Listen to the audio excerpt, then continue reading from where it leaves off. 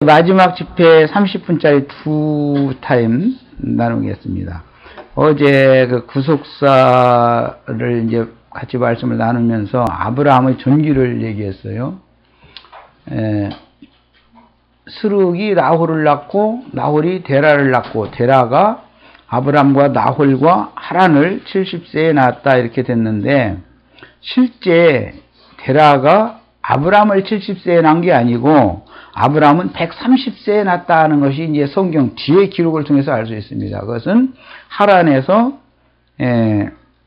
데라가 죽은 나이가 205세인데 그때 아브라함의 나이가 75세였다 이랬으니까 아브라함을 실제 낳은 나이는 130세 때, 데라의 130세 때 낳은 것을 알 수가 있고, 그러면 첫 장자 70세 때 낳았다는 아들은 그럼 누구냐? 이것은 하란이라는 맨 말제에 기록되어져 있는 그 삼형제를, 세 쌍둥이를 한꺼번에 낳은 게 아니고 하란을 데라의 70세 때 먼저 낳고, 그 다음에 60년이 지난 후에, 긴 시간 후에 둘째 아들인 아브라함을 주셨고, 그 후로 이제 또 동생인 나홀을 주셨다. 이제 이것을 같이 말씀을 나눴어요.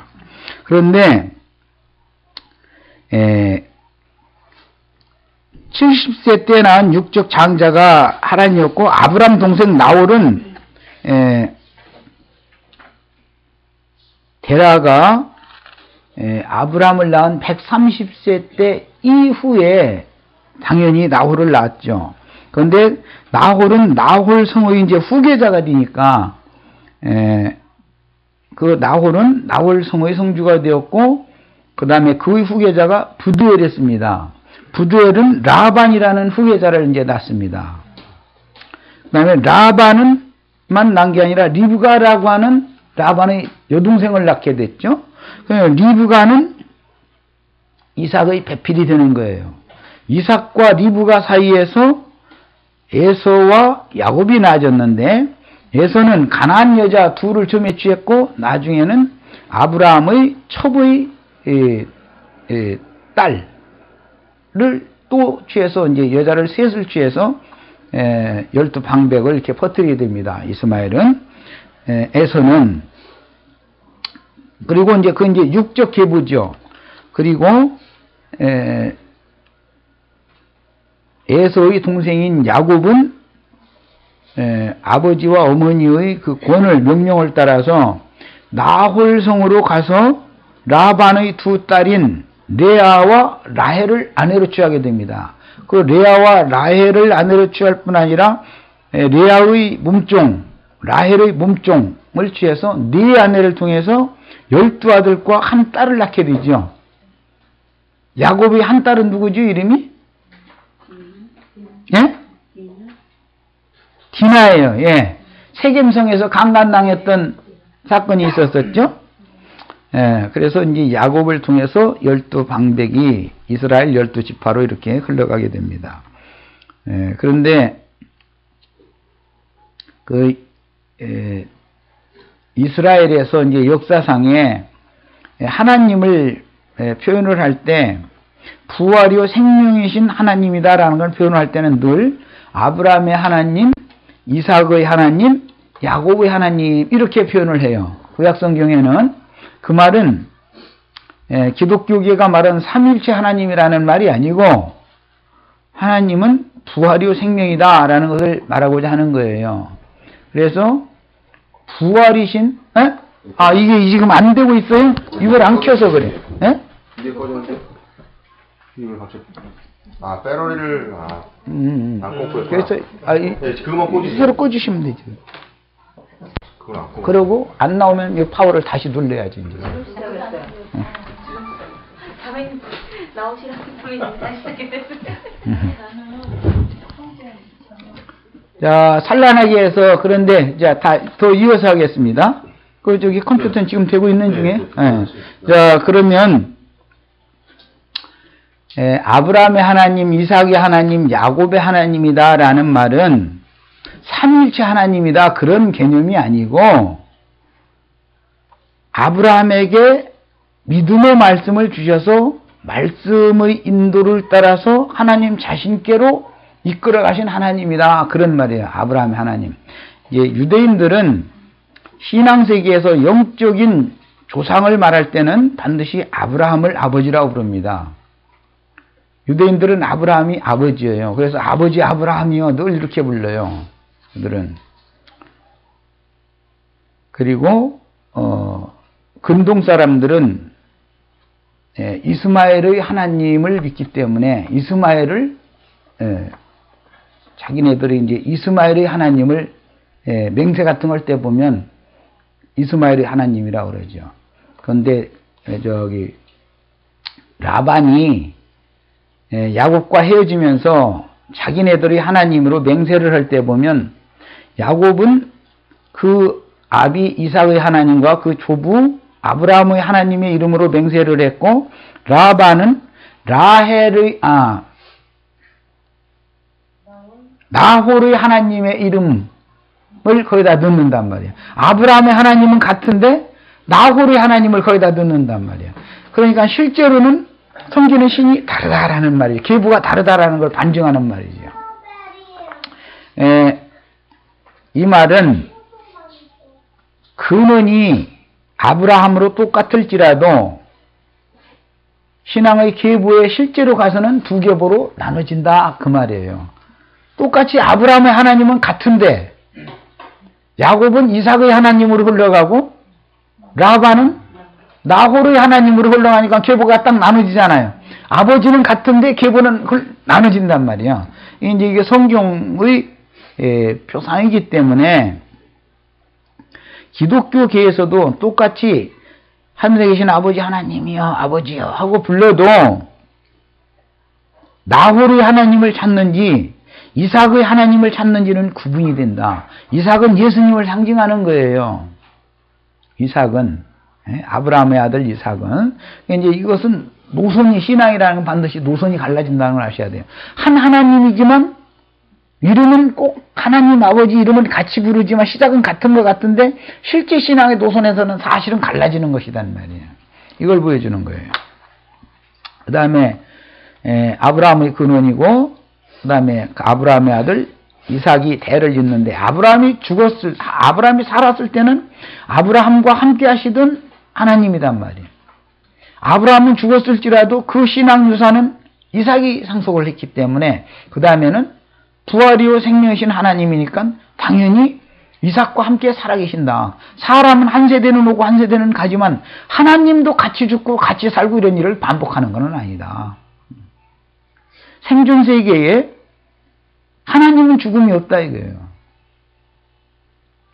앞서 하나님을 섬기던 아브라함과 함께 하셨던 하나님이 아브라함이 죽어도 그 신앙을 유산으로 받은 이삭의 일생에 함께 하시기 때문에 그 다음에 이삭의 하나님이 된 것이고 그 다음에 이삭은 죽었을지라도 이스라엘 즉 야곱은 이제 세림이 이스라엘인데 이스라엘과 하나님이 함께 하시기 때문에 부활을 말할 때는 언제나 아브라함의 하나님, 이삭의 하나님, 야곱의 하나님이라고 말하는 거예요. 이 말은 신약에서 사두개인들이 부활이 없다 하는 사두개인들이 와서 한 사람이 아내를 취했으나 후사를 두지 못했는데 그 동생 6이 모두 다 그 장형의 아내를 취했을 경우 이 생 너머에서는 누구의 아내가 되는 거냐라는 질문을 할 때 예수님이 답변을 할 때는 광야에서 모세의 글에 떨기나무의 글에 보이듯이 아브라함의 하나님, 이삭의 하나님, 야곱의 하나님이로라 하셨으니 하나님은 죽은 자의 하나님이 아니요 산 자들의 하나님이다. 이렇게 답변을 하셨어요. 그것이 부활의 증표를 예수님이 지금 선포하는 내용이단 말이에요. 하나님은 죽는 건 사람이 죽는 것이지 하나님이 죽는 건 아니다. 이 말을 지금 하는 거예요. 그러니까 예수라고 하는 사람은 죽었어도 예수와 함께 계시던 아버지의 그 신앙, 계통은 사도들에게 유전된다. 예수님 동생들에게. 그래서 예수가 나의 형님이 되고 예수가 나의 형님이면 예수 그리스도의 아버지가 나의 아버지가 되는 것이고 늘 하나님은 매 세대의 산자들 가운데 영이 거듭난 사람들이 하나님이다 이거예요. 산 사람들이 하나님이다. 산자의 하나님이다 이 말이에요. 이것이 이제 생명의 계보와 육체의 계보를 나누는 이제 내용을 지금 잠깐 말씀드린 겁니다. 그런데 구약 시대에는 아브라함의 후손들은 가나안 족속이나 가나안 족속은 다 함의 후손들이죠. 가나안 족속이라 하면 함의 후손이에요. 애굽 족속들이라는 것도 함의 후손들이에요. 함의 아들 중에 미츠라임이라는 아들이 있죠. 미츠라임이라는 말이 이집트라는 말이에요. 그 나라 발음으로는 애굽이라고 하는 거예요. 히브리어로는 미츠라임이에요. 미츠라임. 히브리어의 미츠라임이 이집트 사람들의 태양신 이름을 따서 애굽이라고 부르는 거예요. 그래서 애굽 사람도 함 자손이고 가나안 족속들도 함 자손이다. 셈의 계보에 속하는 사람들은 반드시 나홀성에 있는 셈의 계보의 사람들에게만 가서 아내를 취해와야 된단 말이에요. 그래서 나홀성 사람들이 아브라함의 아들들의 배필이 되는 이야기가 성경에 함께 계속 대를 이어서 기록되는 거예요, 이것이. 이제 그 전체적인 윤곽을 말씀드렸습니다. 창세기 27장 46절 빨리 찾고 내가 이제 읽겠습니다.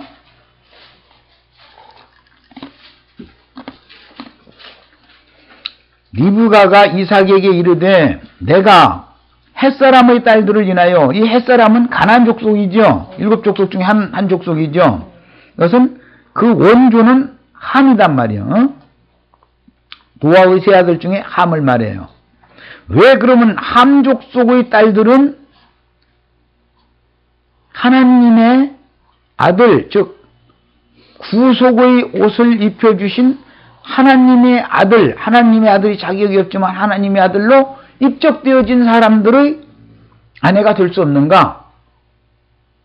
이것은 근원을 잘 이제 오늘 시간 있으면 빨리빨리 하려고 이제 서론적으로 말씀드릴게요. 함이라는 사람은 육신적으로 함이라는 용어는 껌따는 뜻이에요. 이게 뭐 이제 세상사로 말하자면 그 니그로인들 아프리카 사람들이겠죠. 네, 여기 이 나라는 뭐 아프리카 사람들 변화농사 뭐 이런 거 하느라고 많이 수입해가지고 지금 이 나라 국민들이 되고 그랬지만은 이제 그들로 말하면 전화위복이 된 거지. 중으로 빨리 와가지고 당당한 미국 시민이 됐으니까 그렇게 됐지만은 육신적으로 보면 그게 이제 니그로인들이에요. 그런데 그 사람이 노아가 홍수 심판 후에 포도 농사를 해놓고 포도주를 마시고 취해가지고 하체를 내놓고 뭐 잠이 들었다 그랬어요. 그런데 그걸 마침 함이 봤다는 거예요. 보고 나서는 들에서 일을 하고 있는 셈과 야벳이 들에서 일을 하고 있는데 자기 형제들에게 가서 우리 옛날 개역 성경에는 고했다 이렇게 돼 있는데 원은 그게 고자질을 했다라는 뜻이에요. 고자질. 참소했단 말이에요. 참소. 우리 아버지가 말이에요. 벌거벗고 잠들었다고 이제 좋게 말을 하지 않은 것이죠. 말하자면 술 취해가 포도주에 취해가지고 벌거벗고 말이에요. 이러고 누워 있더라고. 이제 그랬다는 말이에요. 그 말은 고하였다 이 말은 창세기 4장에서 그 원인이 나오는 말이 있어요. 보면은 하나님께서 가인과 아벨 이야기를 할 때 죄의 소원은 네게 있으나 너는 죄를 다스릴지니라. 그렇지 아니하면 죄가 문에 엎드리느니라. 이렇게 명령을 했어요. 그랬더니 그 말을 가지고 얼른 달려가서 자기 동생한테 고했다 이렇게 돼 있어요. 하나님은 가인에게 말했죠. 형에게. 그런데 그 말을 듣고 자기가 믿은 것이 아니라 그 말을 듣고는 동생한테 달려가는 거예요. 그래가지고 동생한테 그걸 가서 고했어요. 그 말은 고자질을 했다는 뜻인 걸 내가 참소로 말했다. 하나님이 말이야. 죄를 다스리라고 하더라. 그러니까 비방하는 말을 했다 이 말이야. 예. 거기에서 비롯되는 거예요. 그래서 함도 자기 아버지의 벌거벗은 모습을 비방했단 말이에요. 그런데 그 비방하는 소리를 듣고 셈과 야벳은 자기네들이 겉옷을 벗어서 아버지의 뒷걸음질 쳐서 아버지의 하체를 보지 않으려고 뒷걸음질 쳐서 가서 아버지의 하체를 덮어줬다는 거예요. 이것은 모두 구속사를 말하고자 하는 거예요. 옷으로 가려준다, 덮어준다. 이 말은 에덴 동산에서 아담과 하와가 범죄하고 무화과 나무 잎으로 침하고 나무들 사이에 숨어 있을 때 하나님이 오셔서 짐승 가죽으로 옷을 해서 하체를 덮어줬죠. 여기에서부터 계속 비롯되는 성경의 암호예요, 암호 이게. 신약에서는 그리스도와 함께 침례를 받은 사람은 그리스도로 옷 입었느니라 그래요.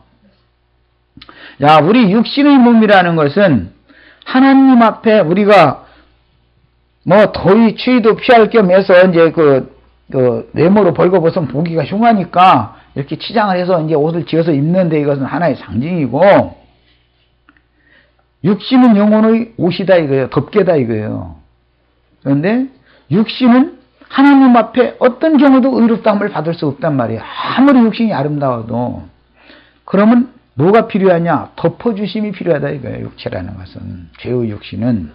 그래서 이제 시편에 이제 이런 데 보면은 가리우심을 받고 덮임을 받는다는 복이 있다. 이런 말씀이 계속 나오는 거예요. 그럼 뭐냐? 예수 그리스도는 우리의 모든 죄악된 육체를 덮어주고 가려주시는 분이다. 이게 구속자라는 말인 거예요. 구약 성경에서는 그런 사람을 보수자라고도 해요. 물러주는 자라는 뜻으로 가을 제도에서는 고엘이라고 하지만 고엘이라는 뜻은 피의 보수자라는 뜻도 되고 되물러주는 자라는 뜻도 되는 거예요. 양면이 있는 거예요. 이제 예수님이 결국 이것은 덮어주고 가려준다. 그런 뜻입니다. 우리 모든 죄과들을 덮어두고 가려주는 분이 예수님이에요. 이걸 이제 상징하는 건데, 그러면 가인이나 함이 자기에게 하나님이 주신 말씀을, 자기가 본 것, 하나님이 말씀을 들려주셨거나 보여주신 것은 내 구원받으라는 거죠. 가령 나에게 어떤 율법 말씀을 주셨다든지, 내 눈에 어떤 자매가 정말 사람으로서는 그러면 안 되는 짓을 하는 걸 내가 봐서 어떻게 그냥 지나가다가 내가 뭐 보고 싶어서가 아니라 어떻게 그냥 내 눈에 띄었어. 그러면 그것은 경고지요. 어떤 자매가 이렇게 했다더라. 누구한테 가서 고자질하라는 게 아니고 나를 보라는 것이잖아요. 들려주고 보여주시는 것은 나를 보라는 뜻이거든. 나를 보고 네 자신이 저 모양이니까 너가 그리스도의 은혜로 네가 가림을 받고 덮임을 받을 필요가 있는 죄인이다라는 것을 들려주고 보여주는 거잖아요. 그런데 사람들은 나에게는 관심을 안 두고 남한테 가서 고하는 것을 관심을 둔다 이거예요. 남한테. 이게 뭐예요? 율법이라는 거죠. 율법 사역을 하는 것은 뭐예요? 전부 강대상에 서서 외치는 사람이 자기 자신은 지키지 못하면서 신자들 보고는 강요하죠. 그것에 대한 주례단 말이야. 구약시대부터. 그래서 하나님이 노아가 그것을 알고 함을 저주했다는 거예요. 가인이 저주를 받은 것처럼 함도 그것 때문에 저주를 받은 거예요. 다른 것 때문에 저주를 받는 게 아니에요. 네 구원을 말하는 거다 이거예요. 나는 하나님이 언제든지 찾아오시면 내 구원을 말하고자 하는 것이지. 이 말씀 너무 좋던데 아무리 집사님이 이 말씀 꼭 드려야 되는데 이게 아니란 말이에요. 오늘 나에게 이걸 들려주시고 나에게 어떤 자매나 어떤 형제의 그런 말로 표현하면 안 되는 그런 얘기를 보여주신 것은 나에게 주님의 은혜가 필요하다라는 것을 깨닫게 하려는 거잖아요. 구원자가 나를 찾아오시는 방법이잖아요. 그러나 하나님 앞에 큰 은혜를 입은 적이 없는 사람은 자기의 잘못됨, 자기가 껌둥이인 것은 생각지도 않고 오히려 자기 아버지를 비방한다 이거예요. 아버지의 하체를 비방하는 것은 자기 생명은 어디서 나왔어요? 그 아버지 거기서 나왔죠. 세상 말로는 네 죄를 알라 이 말이요. 다른 말이 아니라 자기 아버지 하체를 드러내놓고 잔 것 때문에 잠이 든 것 때문에 형제들한테 가서 고했다는 말은 지 자신의 생명이 거기에서 나왔으니까 그걸 보여줄 때는 내가 죄인이구나라는 걸 함이 깨달아야죠. 그리고 아버지를 덮어주면 아버지도 자기의 흠결과 과오 이런 것들을 하나님이 아버지가 또 가려줄 거 아니야. 이게 복음이다 이거예요. 그런데 정결한 처녀가 낳은 아들은 복음으로 낳은 아들인 것이고,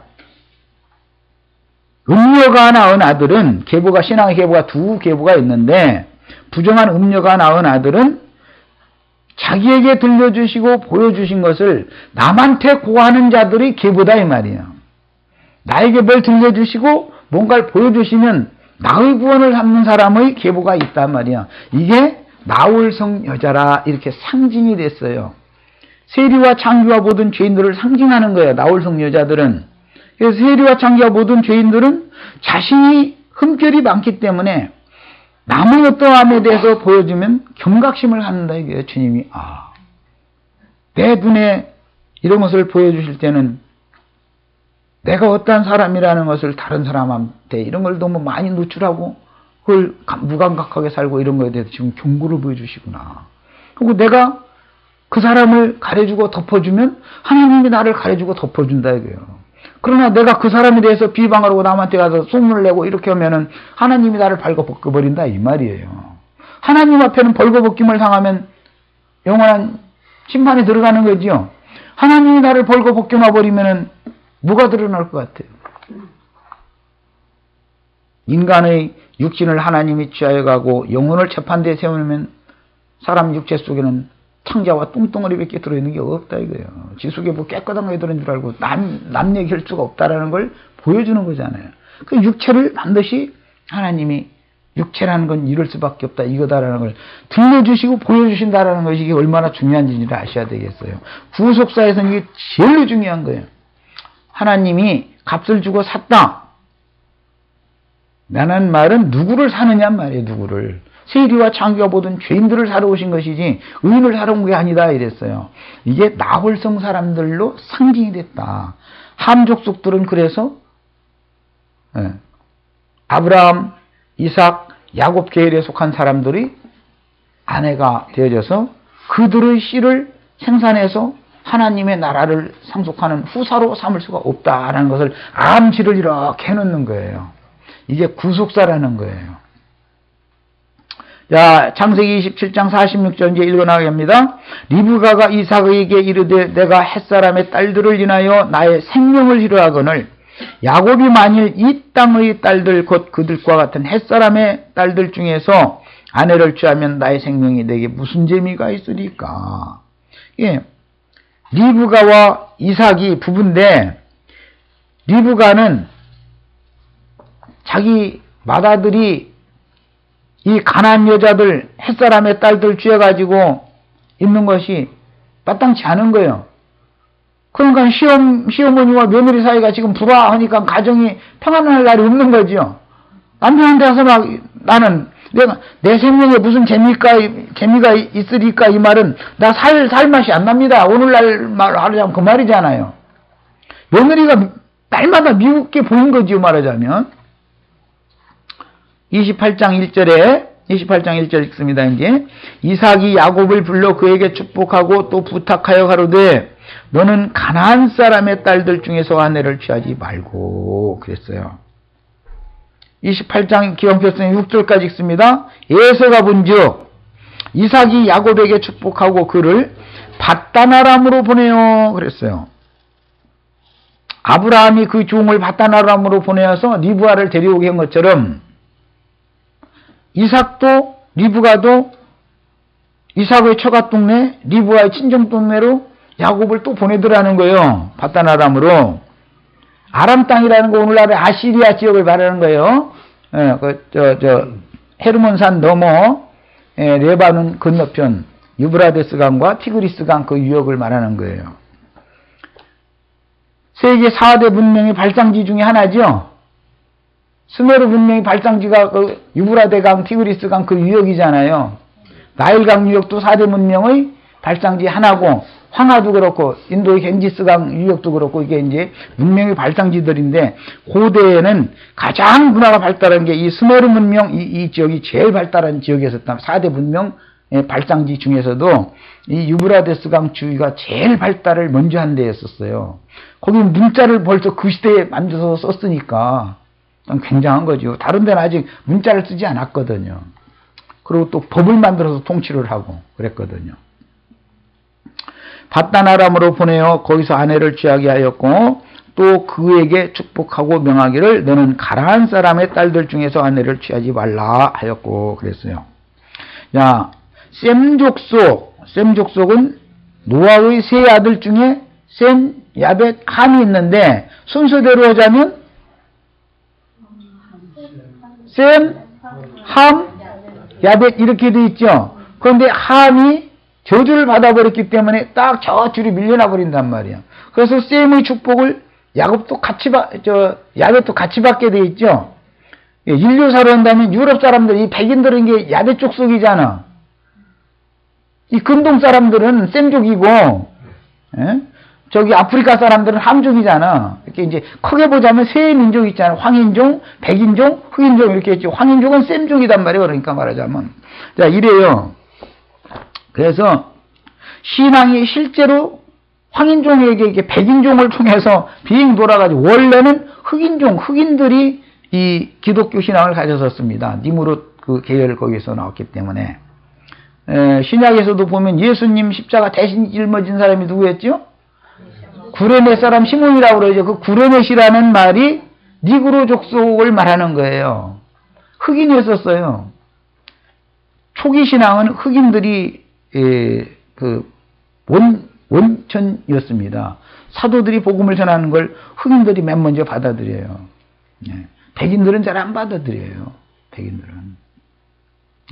자신들은 의롭다고. 그 색깔 가지고 다 구분을 하느님, 참, 어떻게 인간의 인종의 색깔을 그렇게 만들어가지고, 백인들은 복음을 유럽 사람들이 잘 안 받아들입니다. 흑인들이 맨 먼저 받아들였어요. 그래서 솔로몬 때도 그 흑인 여자가 뭐 솔로몬이 지혜를 들으러 왔다 뭐 그러잖아요. 그 모디 왕이라고 그랬는데. 시바이 왕이라고 그러죠.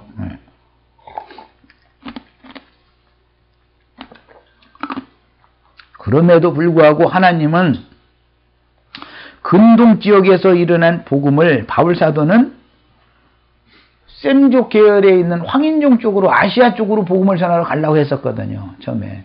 그런데 하나님이 아시아 쪽으로 가지 못하도록 거기 맨 나중에 복음이 그쪽을 점령할 지역으로 남겨놔두는 거예요. 그리고서는 너는 마케도니아로 가라 해서 유럽 쪽을 보내거든요.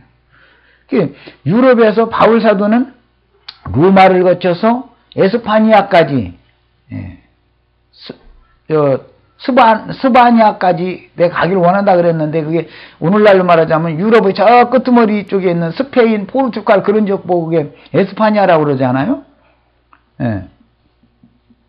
그런데 바울 사도는 지중해변의 이쪽 동편 쪽을 다 전도를 소아시아 지역까지 전도를 하러 다녔었지만 최후로는 이제 로마에 가서 그때 당시는 모든 길은 로마로 통하는 때지요. 오늘날 모든 세계의 길은 뉴욕으로 통하는 것처럼 그렇단 말이에요. 이제 그런데 바울 사도는 여비도 드리지 않고 로마의 국비를 통해서 로마로 압송이 됐죠. 그래가지고 로마 감옥에서 밖에 있는 사람들한테 전도하는 거예요. 얼마나 놀라워요. 아유, 자유자로 돌아다니는 사람이 감옥에 전도하러 지금 다니죠? 사람들. 감옥만 전도하러 다니는 팀들 많이 있잖아요. 그런데 성경에 보면 감옥에 있는 사람, 밖에 있는 사람한테 전도하는 것이지, 밖에 있는 사람, 감옥에 있는 사람 전도하는 게 아니거든요. 뭐든지 거꾸로야. 그거 보면, 난 그거 왜 그러는지 모르겠어. 바울 사도가 감옥에 있는 사람으로서 전도를 해가지고 오네시모로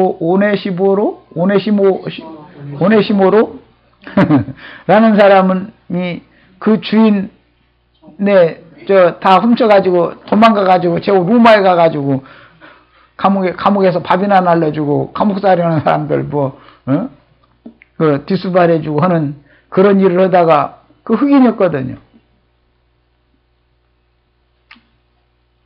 빌레몬의 종이었잖아요, 이게. 아, 이 사람이 감옥에 앉은 사람한테 심부름 다니다가서는 사람한테 전도를 받아가지고 흑인이 먼저 복음을 받아들인다 이게요. 자기 신세가 그런 사람이. 이런 것이 하나님의 행정입니다. 이것이. 내가 어떠한 죄인인가를 깨달아야 복음을 전하면 듣는단 말이에요. 자기가 의인이라고 생각하는 사람은 복음을 받아들이지를 않아요. 예수님이 이 땅에서 하나님이 직접 복음을 전해도 율법을 지키던 히브리인들은, 유대교인들은 자신들을 의롭다고 여기기 때문에 복음을 안 받아들이는 거예요. 하나님은 사실은 율법 안에서는 그들이 의롭지만 하나님의 복음 안에서는 세리와 창교와 모든 죄인들이 의롭단 말이에요. 여기까지 하겠습니다. 잠시 쉬었다 하겠습니다. 지금 30분